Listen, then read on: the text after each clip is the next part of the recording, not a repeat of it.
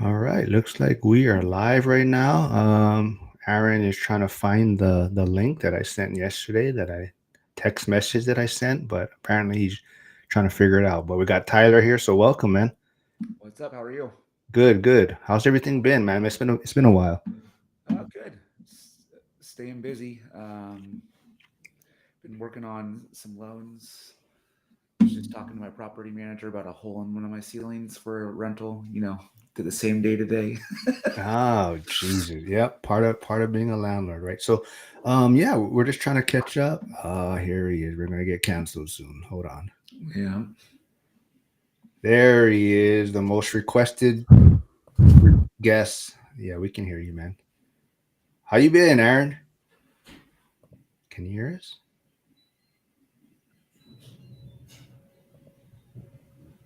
Hold on, let me. So, well, Tyler, I don't know. How are you? You're in lending and mortgage. How are you dealing with all the noise right now out there? How's your business look like? It's slower because of the rates, but I think people are just, dude, it's crazy. I've done a couple posts recently about how people are just it's emotional reactions, right? I mean, rates are up, rates are down. If you saw that post I made the other day, it's like if you type in Google on the same day, there's two drastically different articles. So I have learned over the 20 or so years to just kind of chill out, and the market is what the market is, and not get too crazy about it. Obviously, I would like it to drop, the rates to drop, but we're just not there yet. So does that answer your question? Yeah. I think Good. that's kind of what I want to talk about. There's so much noise out there. Aaron's causing trouble all over social media. But Aaron, can you hear us? Then He's Now in here his you go. bunker right now. all For some right, reason, I had cool. to only if I use my microphone, I had to unplug it and plug it back in when the recording starts. So I didn't hear you at first. I was like, "What's going on?" But See, yes, they're trying to now I'm capable. suppress us already.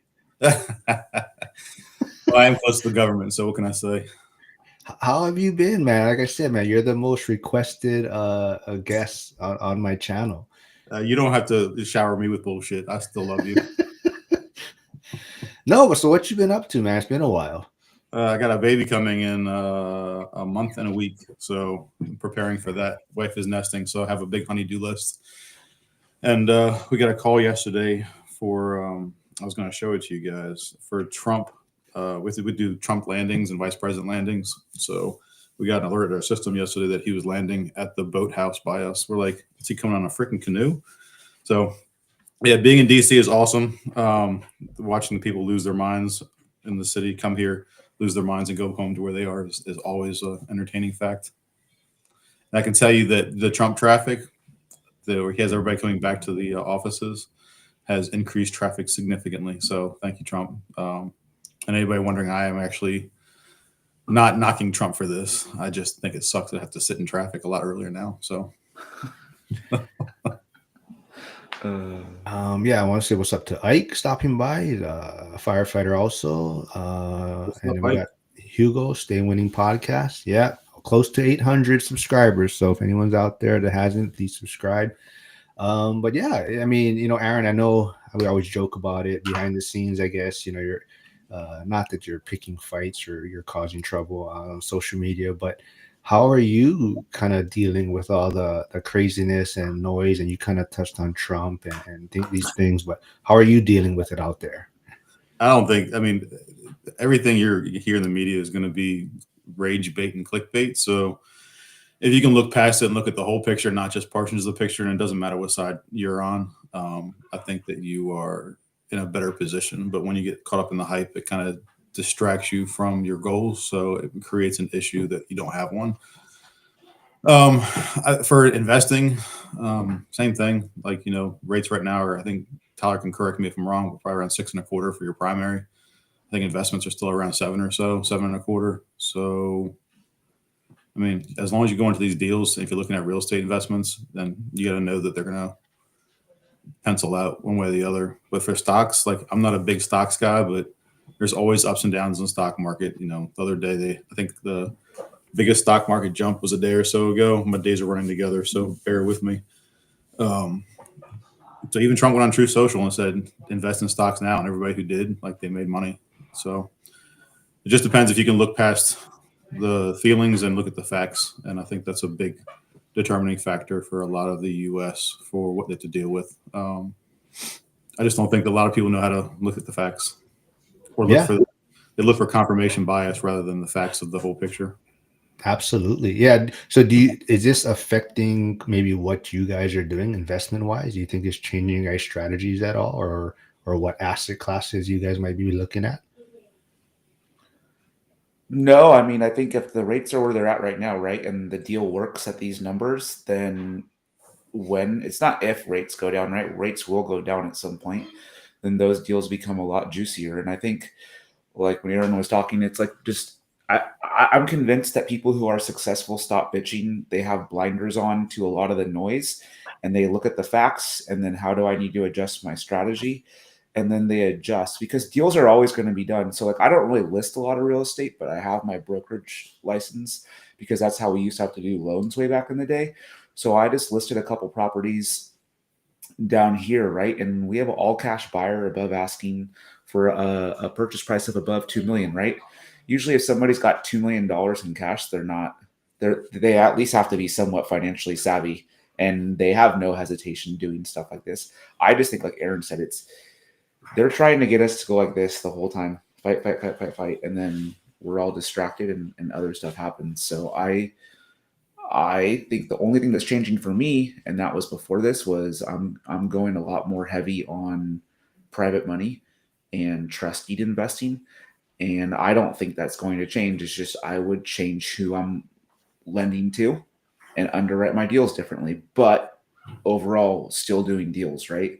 Like if Aaron's underwriting deals, he may change his criteria, may change his max purchase price, but I don't think he's going to be like, I'm going to stop doing deals until this is all figured out, because that's not a good business model.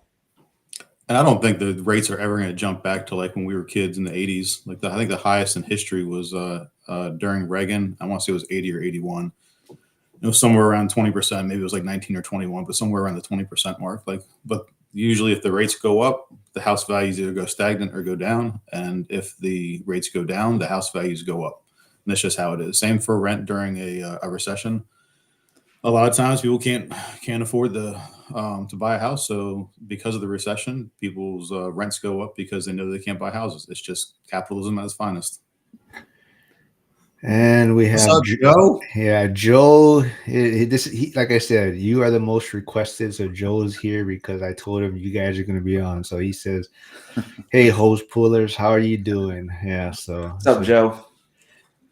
If I could pronounce your last name, I'd make it important, but I can't. So we were watching hockey last night at the Firehouse. I just got off shift this morning, and I want to say my hat's off to all the announcers, Go Caps, who can actually pronounce these guys' last names, because I have no idea what their last names are. So, Joe, you're in one of those categories. House values won't go down, just stay put. Yeah. Stagnant. So, same thing. So what, Tyler, I know, like you said, you're in lending, and you see a lot of maybe new applications. Is people excited about what's going on? Are people trying to jump in now, or what are you seeing out there? It's a slight increase, but like nothing crazy. And I think we're in an interesting position, right? And it kind of lends ourselves to like our day jobs as firemen, we're secure. So they're always buying. So yeah, I have had younger firemen putting in applications. I had one today that I was talking to that's going to buy a fourplex in like northeast LA County. So they're still moving. I still think it's a good time to buy. I just think that fundamentally in California, which is where I do most of my lending, there's still an inventory problem. So I don't see anything like ramping up crazy like 20 and 21 were, but it's not slow. People are still buying homes. And I think a lot of people right now who are in the market are going to get good deals. You can't, I'm convinced you cannot time anything. Like I went back and I looked at like my first couple properties I bought. If I had held on to them the whole way through, every one of them would have been a bang up deal, right? It's just because time cures all real estate deals. It is what it is. Hindsight, I'm the same way, man. Like hindsight's 2020. Like we look back at some of the deals that we let go or sold or whatever we did with them, flipped them, And it's like, man, if I'd have kept that, I've been in a better position now. And it's like, you can't think that way because that got us to the point we're at now. And I keep having to kick myself in my own ass just to say, hey, man, just keep moving forward. Like, keep making smart decisions, use the knowledge that you've gained, and keep pushing. So, plus home builders now, like, and Tyler, you can probably talk about this more than I can. I've been looking at new home builds, and some of these national builders, they're offering rates of like 4.99 and 5.5%. So like, that's to get in a new house. Like, yeah, I think the cost to build is significantly higher and the quality goes down, but those rates aren't too bad. No, and I think they have to, right? Because they got to get their inventory sold. And if they were forecasting off of a certain interest rate when they did all of this, and now it's gone way up, they can afford to do that. They can afford to drop those rates. And yeah, I mean, I think for them it's a necessary evil. Either they're going to have a ton of stuff sitting on the market in a huge development, or they just say, "Hey, we'll do 499, underwrite all these deals, and sell a bunch of properties." So. It's interesting to me. They're doing a lot of buy downs too. I see a lot of lenders doing buy downs, and I see brokers like myself. It's just they're trying to match it. So if that lender has a 499 and I can get you a 699 with a 2-1 buy down, and your first year is 499, I mean, the market's always going to be moving. So I do see like not California, Texas, and I don't know if you guys watch, but like Texas and Florida, I think have built the most in the last few years. And I do see that their inventory is rising. And I do think that they're seeing more significant price drops, which lends to the whole thing. Real estate is local, right? What's true in California is not true in Hawaii, is not true in Maryland, is not true in Florida. I mean, just it's all different. So yeah. Tyler, what for the cops who are listening that are a little slower than us firemen and the second responders, what is a buy down? A buy down is basically it's a mortgage to where there's something created that the seller of the home that you're looking to buy will issue a credit to buy down your rate. And essentially, let's say you lock in at 6.99%, Aaron, or we'll use Joe, good old Joe, since he's here. If Joe wants to buy a house in a cop-friendly neighborhood, and he locks at a 6.99% interest rate, a 2-1 buy down would mean that the first year you're basically making payments on a 4.99% rate. And then the second year would be 5.99%. And then the third to 30 would be 6.99. And it's just a tool that lenders use to make things look more attractive, right? It's still the same thing. The lender's essentially paying for the difference in the rate, or I'm sorry, the seller's paying for the difference in the rate for the first 2 years, but it makes it look more attractive to the buyer, and the house gets sold. That's a good explanation for our second responders. So I also want to remind everyone that you guys have a podcast, YouTube channel, also First Responder Financial Freedom. So I put that in the chat. So how's that going for you guys? I know you guys have been pumping out some episodes. You guys had a few recent ones. How's that going for you guys? I'd say that it's just chugging along. We're not as obviously as adults, and as we're growing, things pull us apart and drag our attention away. So I think for us, like, I got a kid coming, Tyler, he's got his own family he's got to focus on. And then Mike had a medical issue. So I think our attention is coming back to it, but it's still chugging along. We're still helping people out. It's a not-for-profit. It's a passion project for all of us. So it's still there. Any first responders who want to join, we've taken on nurses and cops too. So Joe can join? Joe can absolutely join, but I know Joe's not Facebook active unless he's using some like random undercover name like every other cop does. That never puts any of their info in when they submit to be part of the group. Here's your questions: like, what's your first responder role? What's your assignment? And I think something else, like, agree to the rules. And it's like cops are like don't answer every time. And it's like their wife's name, or like some like Joe V would be like J Vans or something, like something weird. Like, oh, he's definitely a cop, or he's definitely a detective. Well, he does have a question for you, Tyler. He says, do you do mortgages in other states?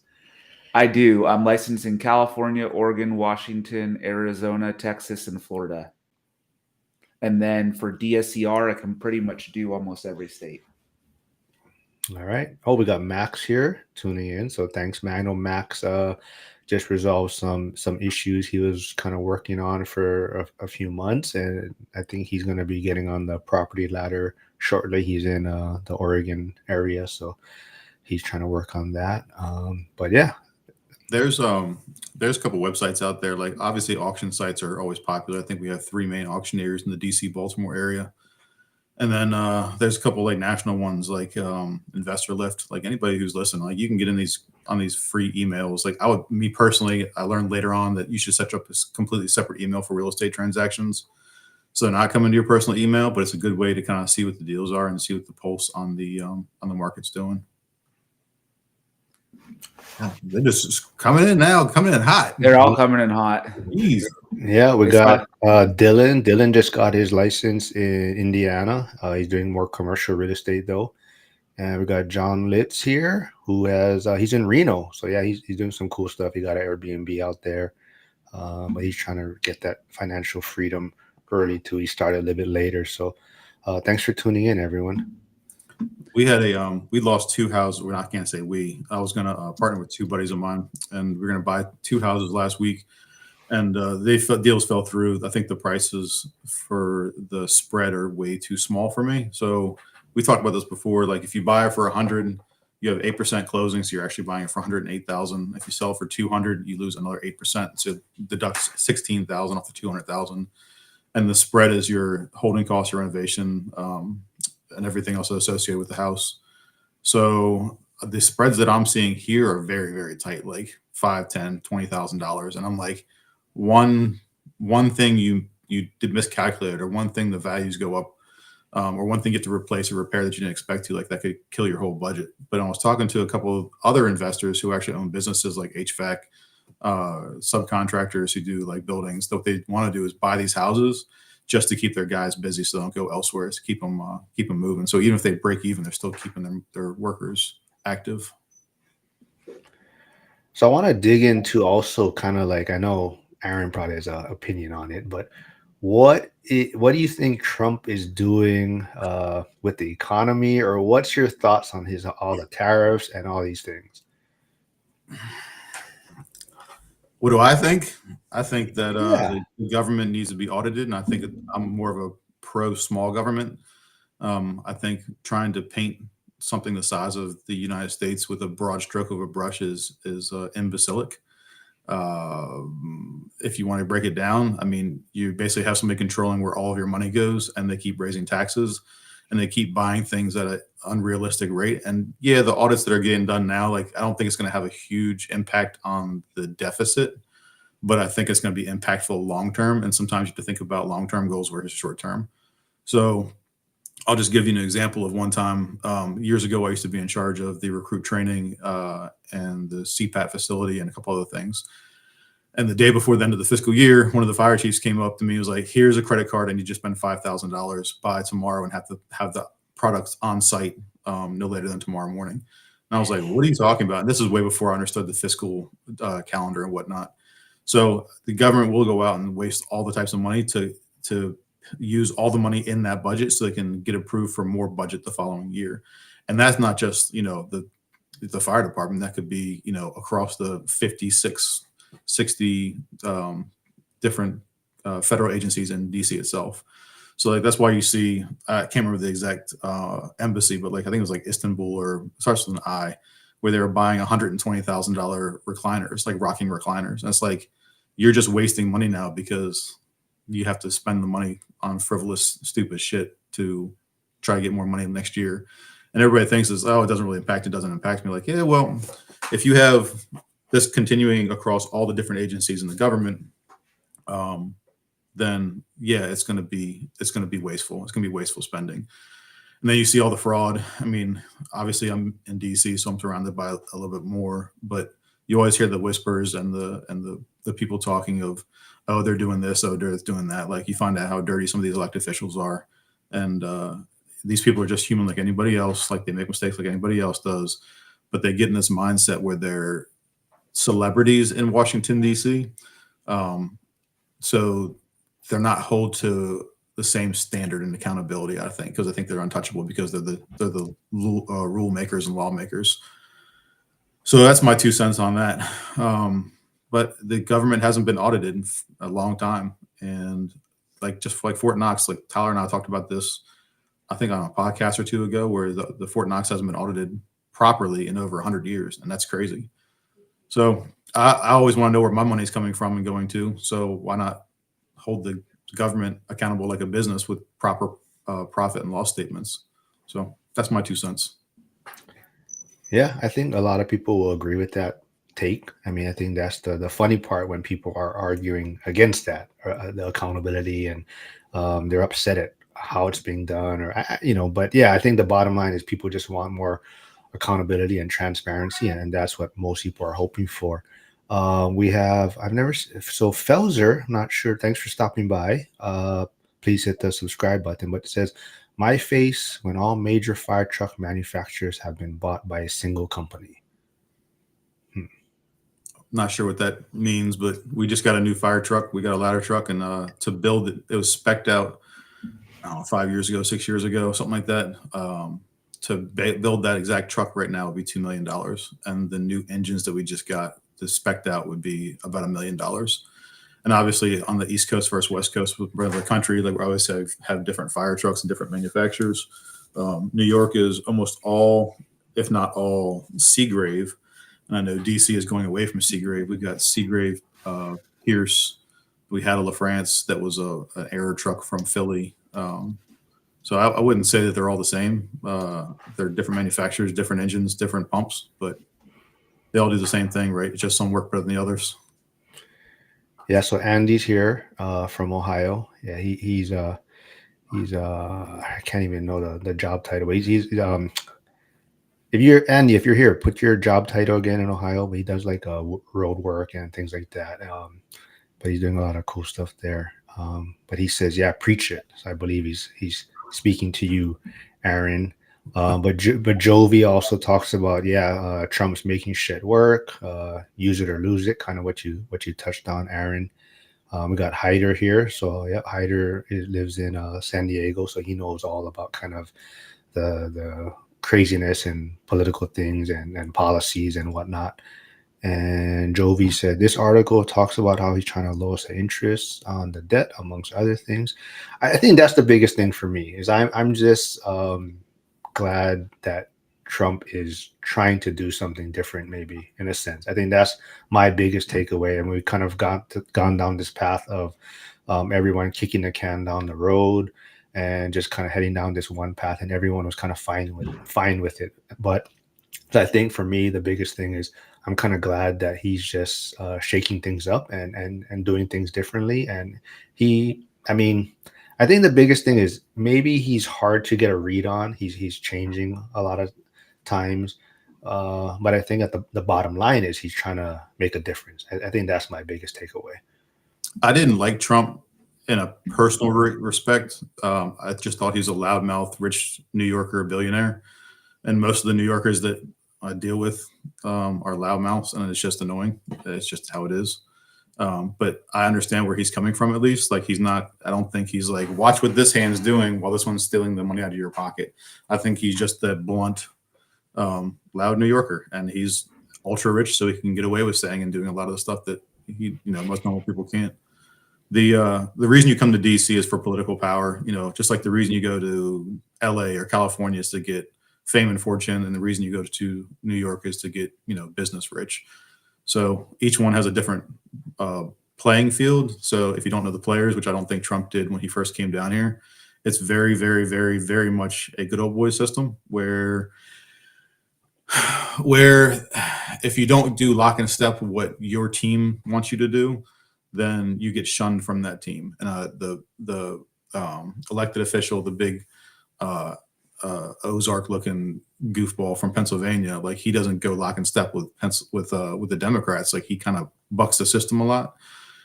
So he's getting shunned by all the Democrats. And when you see people voting, and this is both sides of the aisle, this isn't just the Democrats versus Republicans. This is whatever side you're on, you have to stay on, and you're going to vote in party lines and not in favor of the not in favor of the American citizen. So keep that in mind when you're electing people. And they always want to keep their job because it's a very paying job. You get a lot of insights, as you can see, that they've gotten very, very wealthy from getting the insights. Um, I think they're shady motherfuckers. So absolutely. So Joe V says, I like that Trump has said the same things and implemented what he said 30 years ago. So basically, he's trying to do those things that he talked about 30 years ago. And Andy, like, oh, he's highway department superintendent. He says, we come in with the yellow, white lights after the red lights clear, and the blue lights don't want to be on the scene anymore. God bless them. Yeah. So I also want to bring you guys on to, like we said, we're talking about the noise and how we're dealing with a lot of things, but also, you guys did have a recent episode on a recent guest on your guys' podcast, which was kind of interesting topics you guys discussed. So what who'd you guys have on, and what was their kind of niche, I guess, or what is their business? I know you're fishing. I mean, that's fucking obvious, bro. The shade and grin you got in your face is fucking obvious. Like, let's be honest. So the most recent one we had on was my friend Erica. Erica is she was an ICU nurse, trauma nurse from Florida. Moved to New York, went to college, very, very educated. Went into a nurse practitioner position, board certified. Now she does, I call her a cock doc, where she does injections. She's focused around male health. Okay, we'll say that. But she also does weight management, Botox, all the stuff for the pretty people that need, their crow's feet taken care of, or their wrinkles taken care of, or their muscles and their pickle relaxed or enlarged or filled. Like I've heard of, I cannot believe you opened this door for him, Mark. Well, hey, like I said, we bring him on every, once a month. He's the most requested. You're really trying to get to 1,000. Yeah, he's like, I'm gonna use Aaron to stir this pot. And I knew what you're going for. As soon as you said it and started grinning, I knew it, man. No, we want to laugh a little bit, have some fun, But so, yeah. So yeah, like Erica's one of the people we had on there. She's done very well for herself. The reason a lot of people hear this and they, especially firemen and cops, because we're all big 10-year-olds, we make fun of it and laugh. But she got into it because her now husband, Mikey, is a double amputee combat vet, got blown up by an IED.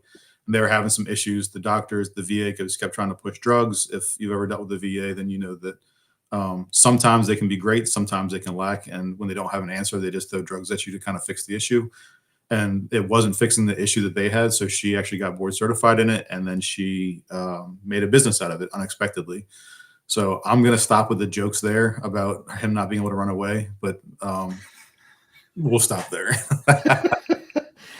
No. Yeah, Asa, thanks for stopping by. Yeah, we're just having a little fun, but Aaron and Tyler both, or Tyler's was a firefighter. He always will be a firefighter, but he's left the service right now. But Aaron is still current.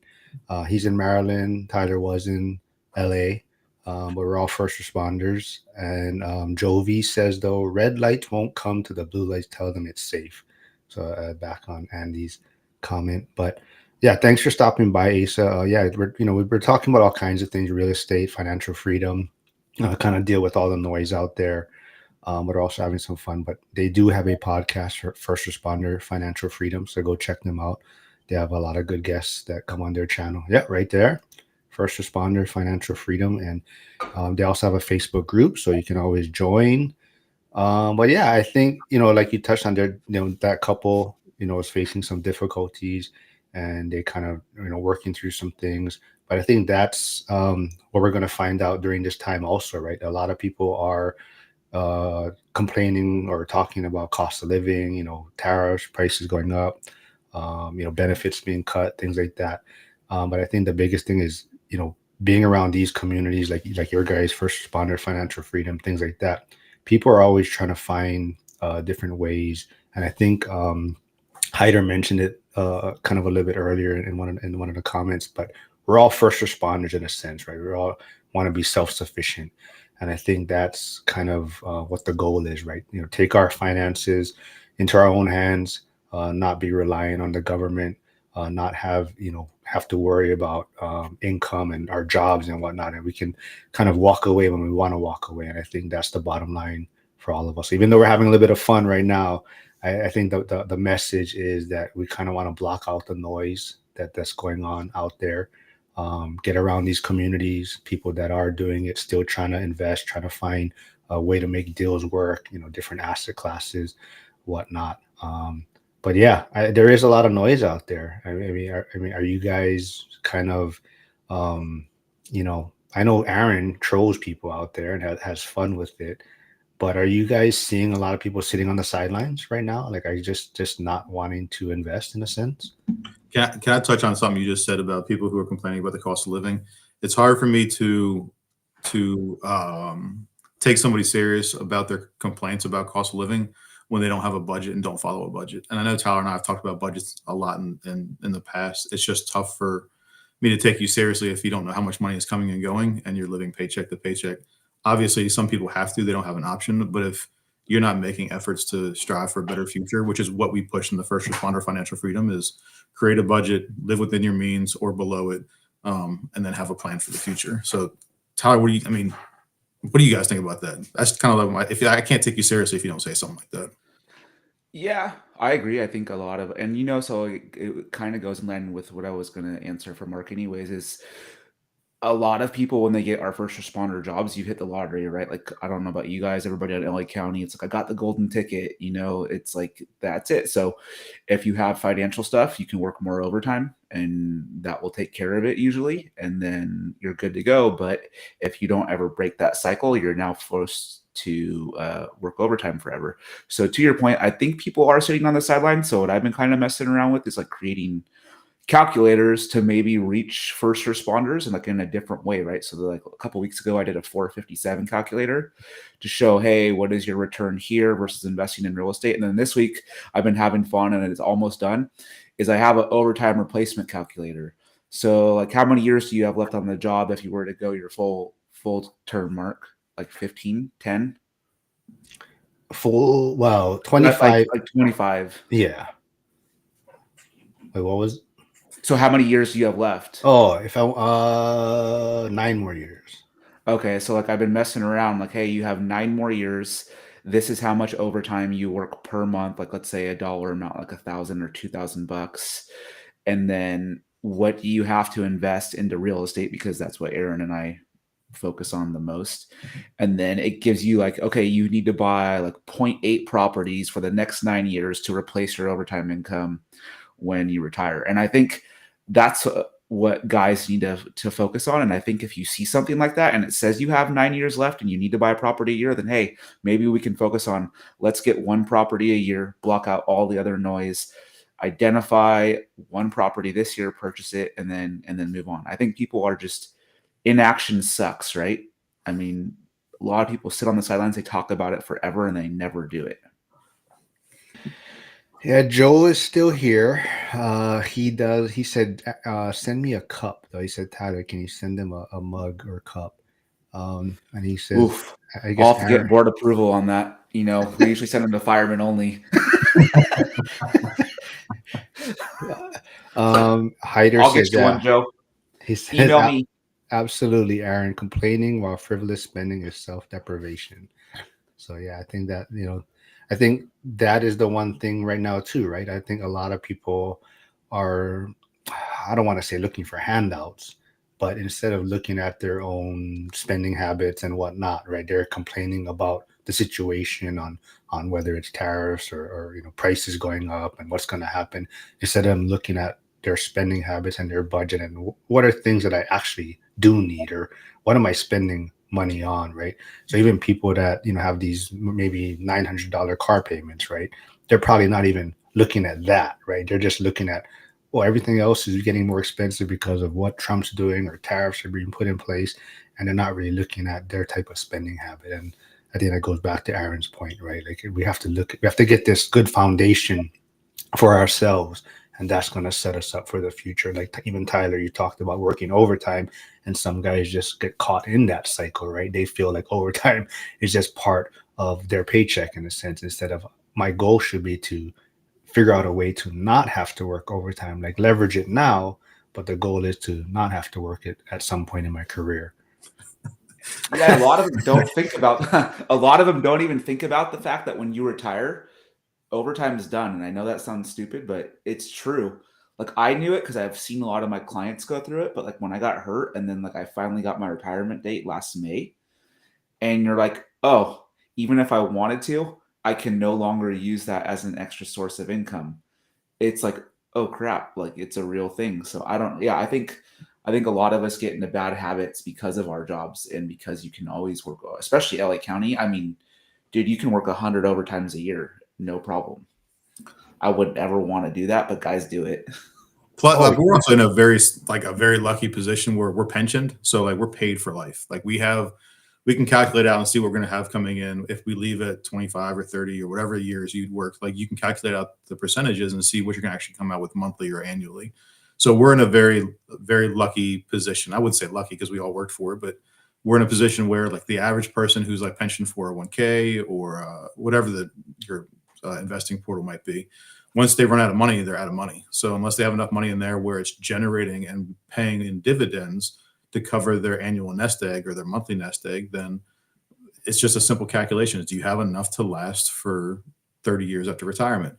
And the average retirement age, I think now is like, what is like 62 or 65 or something like that. So female projections for longevity is something like 80. It just changed because it went down. I want to say it was like 82 and males is like 76 or something like that. So like, if you just want to go on based on the average, like I would love to last longer than that, but in the firefighter and police departments, because of the stress we put in our bodies and our hearts, and I think they take 10 years off for the average. So I'm seeing that more and more as I get older. I'm coming up on 3.5 years left in the department, and I don't know what I want to do when I grow up, because I'm like at this point, like I'm probably going to leave the DC area. I'm tired of this place. Grew up here. And where do I want to end up? Do I want to stay in this country, or where do I want to invest in? buy a castle. So we've had this conversation. I've sent you several castles for under $500,000, which is like a 1-bedroom condo in the nice part of DC. Like I'm looking at right now, I'm looking at event venues, which I've looked at in the past. I've tried to buy a 1870s church with a schoolhouse attached to it to make it a wedding venue, and the county wouldn't work with me. So now I'm looking at building something like a conservatory, which is basically just a giant greenhouse, and making a venue out of it.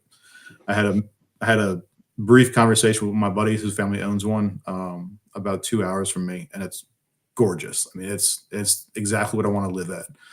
But I don't know what I want to do when I grow up. I'll be 48 years old when I retire, and I'll have about 30 years in the fire department, give or take, maybe 29. So you don't always have to have an exact plan, but like have goals, have like plan A, plan B, plan C. So Yeah, exactly. Max says Joe is looking for a freaking handout with the mug. And Hyder, yep, good point. The math has to be understood before it can be calculated. A lack of financial education is the real pandemic. And yep, Andy agrees with that. Keep us uneducated, unhealthy, and dependent on others. And we were talking about overtime and whatnot. I think in some ways, so like our department, the new guys coming in, their overtime does not count towards their retirement in a sense. They're high 3 or they're high 5, whatever they're on.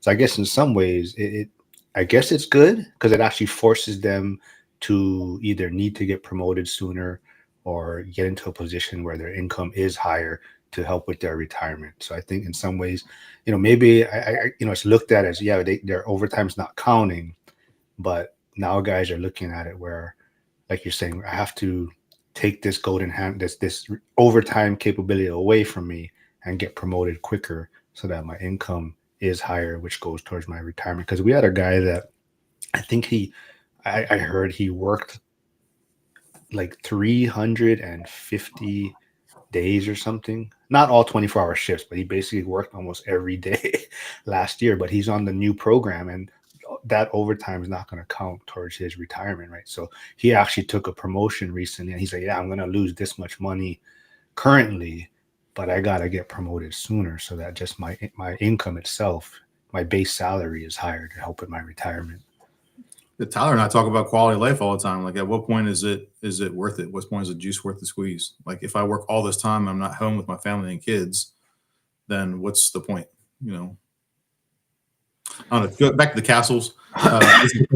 Just looked at the website. If anybody wants to look up this and go down a rabbit hole, I know I've sent Mark down this rabbit hole, and Tyler too. There's a website called Castlist, CASTLEIST.com. Don't open this website on a work computer in case it's not what we think it is. Joe's gonna be your neighbor, man. I guarantee it. He's gonna Cool. be. He's gonna I mean, at least I know somebody has firepower, so I'm with it. Under 500,000 pounds, there's 43 castles for sale in the world, and under from 500 to €1 million, it looks like 62 castles for sale. So there's they knocked down the original farmhouse in one of the neighborhoods in DC, and they built a 9-unit building. The top 2 penthouses are sold for over $1 million each. So I can either live in a penthouse next to a busy firehouse, or I can live in a castle somewhere in the countryside of who knows where, Croatia. So it's a realistic goal. I don't care what you guys say. So we got Matausi stopping by. Aloha. He says, or they believe that Donald Trump's tariffs forcing the cost of everything up. Yeah, there's a lot of people that that's their take on the thing, right? So, but yeah, I mean, like we're talking about, right? At the end of the day, it comes down to everyone kind of needs to take their situation, in their own hands and try to become financially free, where they're not needing to rely on anyone's help or assistance.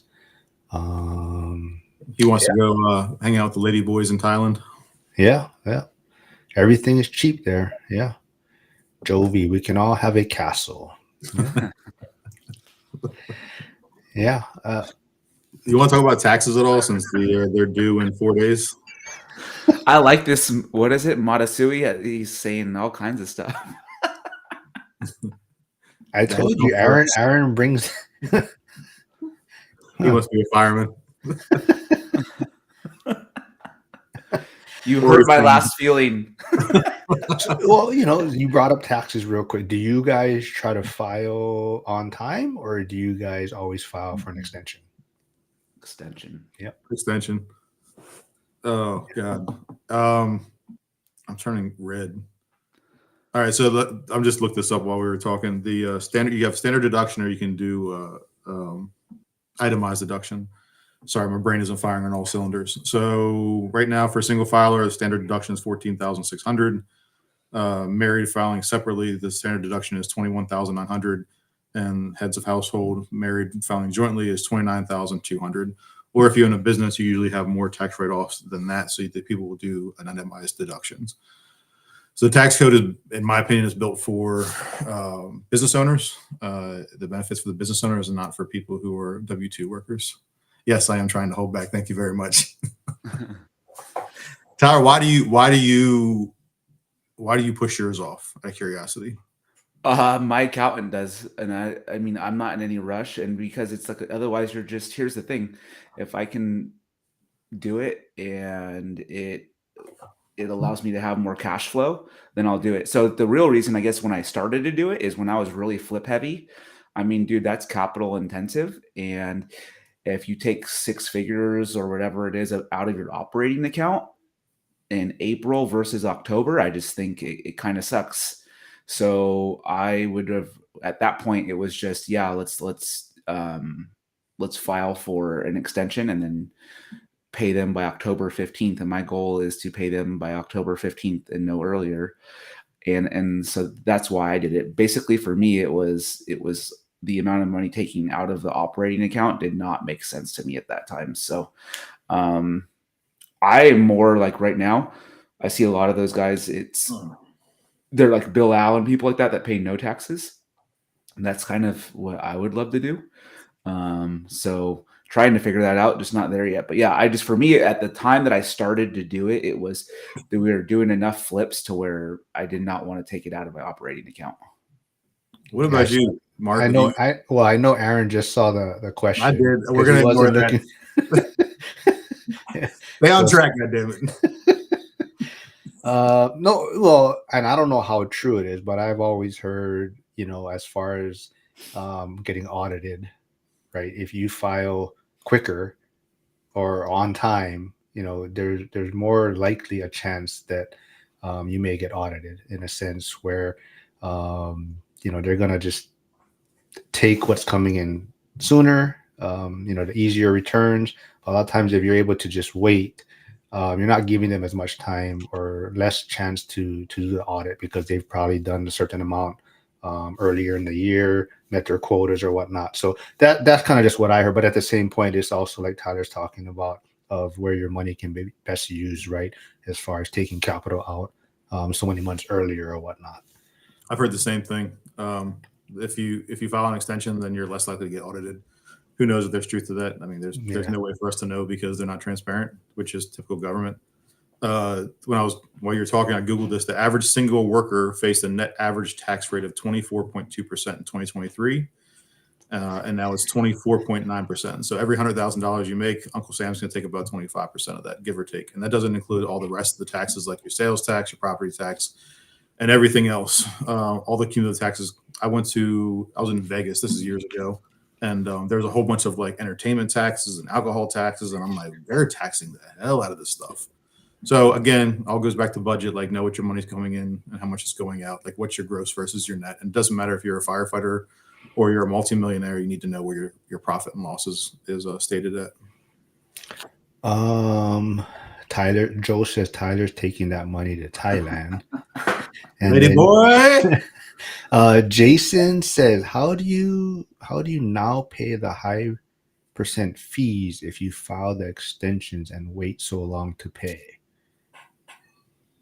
You can prepay your taxes, which is what I've done in the past. Like it's a educated guess. It's a progrestimate, and you can prepay it now. And then if they owe you money in the back end, they'll refund you. But it's just a matter of prepaying what you think you owe now. If you don't pay anything, obviously you're going to pay a higher percentage the longer you wait. I think Tyler, you can pay quarterlies. Yeah, you just pay your quarterlies, and there's no penalty. And then, like you said, too, it also comes down to the return you can get on your money, right? So cost the of percentage, the percentage, the fees actually aren't that high. So, like if you're saying, let's say the fee is 3% or whatnot, but you're able to get a 10% return by using that money, right? So you also got to weigh it that way, like where's the money best used, right? And that's what it was. It was just like a business decision at that point. It was like, there's no way I want to take all this money out because then if I got low, I'd have to borrow money anyways for the rehab funds. And why not just basically do it this way? So it was just a calculated decision. I mean, I wouldn't do it every year. Like this year, I wouldn't do it. I'm not flipping a ton this year. So what's the point? But at that point, I just remember thinking the anxiety that it was going to give me to take all that money out of my tax account versus, hey, I'm just going to use this for all the rehabs. It made it. I thought I was bad. God bless. Well, it's funny because how do you say that? Matuasi? Is that like Tongan or Samoan? Matausi. Yeah. You sure they didn't link from your guys' channel? Yeah. I know the word they used below is for sure. I know the word they used below is definitely Tongan or Samoan.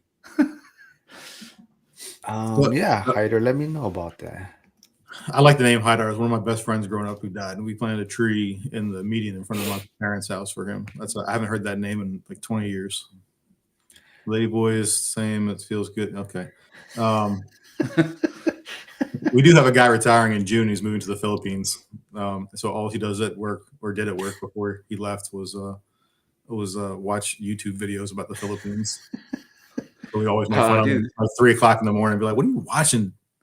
It's like, man, I'm trying to get to know the culture and the people. I want to fit in. I'm like, bro, you're 300 pounds of African American Black DC male. Like, you are not going to fit in. I don't care what you say.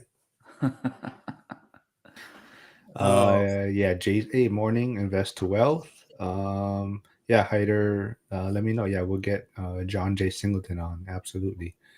And then Jason says, good point on weighing which is better to use the money for. I owe a lot every year. I hate taxes. Yeah. So maybe Trump's, going to do something with that also, right? A lot of talk about getting rid of income The income taxes tax. for under 150K. So yeah, I think a lot of uncertainty out there. Every day it's moving quick, right? Like almost you blink and there's something else in the news, or but I think it's the bottom line is kind of staying the course and just I think if you're doing the work, whether it's in stocks or if it's crypto or real estate, whatever you're doing, though, I think it's going to be a great few years coming up, because I think a lot of people are just going to be kind of sitting on the sidelines. We the one thing I want to notice or mention is that if you do invest in real estate or you buy a property, always look and see what the taxes are, because a lot of people don't calculate the property taxes into their PITI, and they get surprised when there's like a city tax on top of the county tax, and then there's other fees involved, like they don't include your water and trash, so it's an extra chunk of money throughout the year. So I would just say educate yourself. If you're going to invest in real estate, educate yourself on all the hidden fees that you might face. Like I know where I'm at, I pay a very high property tax for the county. On top of that, I live in the city of College Park next to the University of Maryland. Go Terps. That's a really weird animal to have as your mascot, but still go Terps. But there's a high tax rate because I would live in the city of College Park as well. And then there's always fees tacked on, and they're always increasing it. I just looked at the city budget a couple of days ago because the mayor is actually a buddy of mine. He lives down the street from me, and it's astronomical the amount of money they spend on certain things, and they always try to justify it, saying, "Oh, there's a need. We proved that by using that money last year." I'm like, "You're not proving it to me with your $1,000 pencil, sir." Which I have right here. Thank you, City of College Park. You stole a pencil? I would never. Jovi also says no tax on OT. Yeah, so That'd be great. You may firemen and cops will never be home after that. That would just. But you got to again look at the numbers. Like, what's the federal tax versus state tax that they're taking out for you to work this overtime? Because they can still take state tax. It's a federal decision, right? Sorry, I got a text message. I wasn't listening. That's you don't have the answer. That's cool. That's appreciated. No, I just co-sign it, like, yeah, Aaron's right. Fuck yeah, absolutely. Whatever he said. No, I just got a text message on my phone from my coworker, so I was just reading it. I don't know what you said though, but Matu, she says my spirit animal is fried chicken. Guy's on one. I love it. Oh god. He's not regular on here, Mark. I've seen him or seen them before. I don't want to get into, but I've seen this person before. We definitely need to have Mata Uzi. How do you say that? Mata Uzi. I mean, I'm dyslexic, dude. Can you like phonetically spell it out for me, please? Calling DC police to get Aaron, Joe says. Yeah, half of them are just as corrupt. I'm not worried about that. I was just gonna say they got a whole box of pencils in their trunk. Matausi also says don't tax vets. Yeah, I'm trying to get Joe on the channel, but he doesn't want to come. He doesn't want to show his face. I think you need to have Erica on the channel. I will. Yeah, are you going to be on with her when she's on? No, because I'm trying to maintain a friendship, and I don't think my childish was childish. I was biting my tongue. I was so I watched it because I was making sure that I didn't need to edit anything out. I was impressed with the maturity that two grown male firemen who usually act like children, they actually kept a straight face and asked appropriate questions for the full hour. It was pretty funny. Hold on, let me see if I can find then afterwards the text conversation went back to childish. I do think it was interesting, and I've thought about this before, and she brought it up, and I know this is a sidetrack, is she said something about a lot of guys doing HRT for the fire department and how she equates it to people who have hypothyroidism. I'm like, oh, that's an interesting correlation. I kind of like that. So she said people don't freak out that everybody's taking pills for hypothyroidism, but it's the same thing. You're dysregulating a hormone. So that was interesting. Another thing that I like that we always bring up in a lot of conversations we've had is, PTSD is a big thing in police, fire, military, whatever, anybody who faces like a lot of trauma. And I've found that a lot of guys who have low testosterone levels, their side effects mirror PTSD.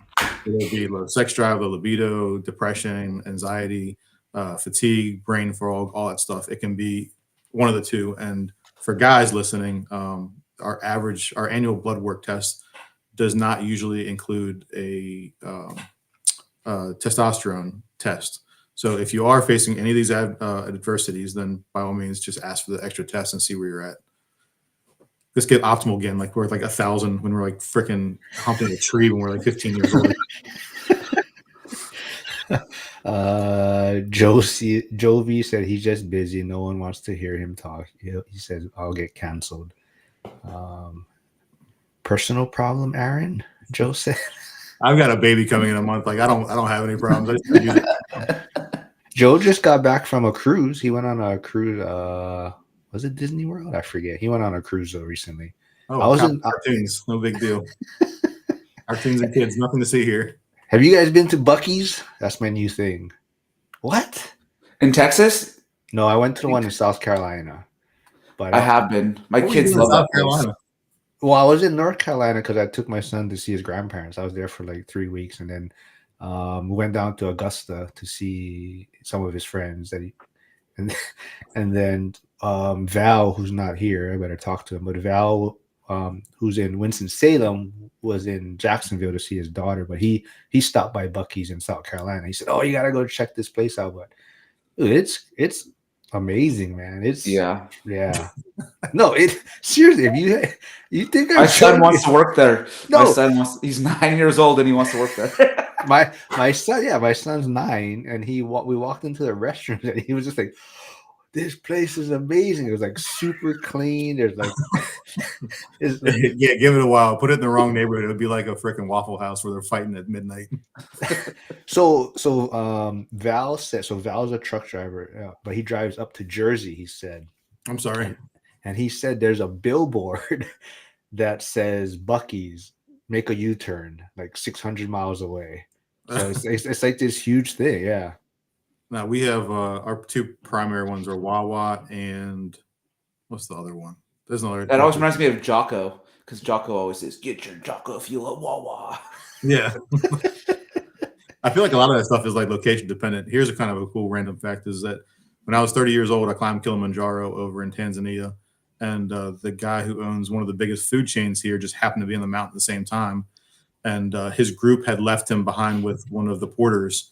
And he was just kind of like chugging along, and I struck up a conversation, and we talked for like, I don't know, over the course of 2 days, probably like 15 hours. And I learned a whole lot about business and like insight onto owning a grocery store. So you never know who you're running into. And I think another thing we don't touch on enough is networking. Your network is your net wealth. So if you talk to people who are oh my God, my goodness, sir, it's a little unnecessarily aggressive. You guys have to. I mean, I don't know. The funny part is this does not make me blush at all. This is literally like firehouse talk. Yeah, I mean, come on, dude.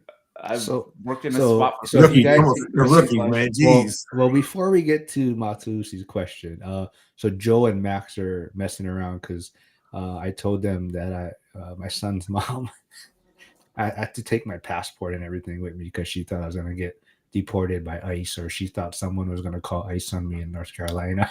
So yeah. Oh, I the only Asian one here. Yeah. Well, I carried it with me, but just I didn't want to deal with it, or deal with her, I should say. But yeah, so I guess you guys got to bounce soon, so not a problem. But maybe we can wrap it up then. With Matusi's question then for you, Tyler. Would you give up your wife for a night to not pay any taxes for the rest of your life? Negative. See, he doesn't ask you, Aaron. I mean, I would not. All right. So where can people find you guys then? When did you guys? How often do you guys come out with episode? Who you guys know who your next guest is or what?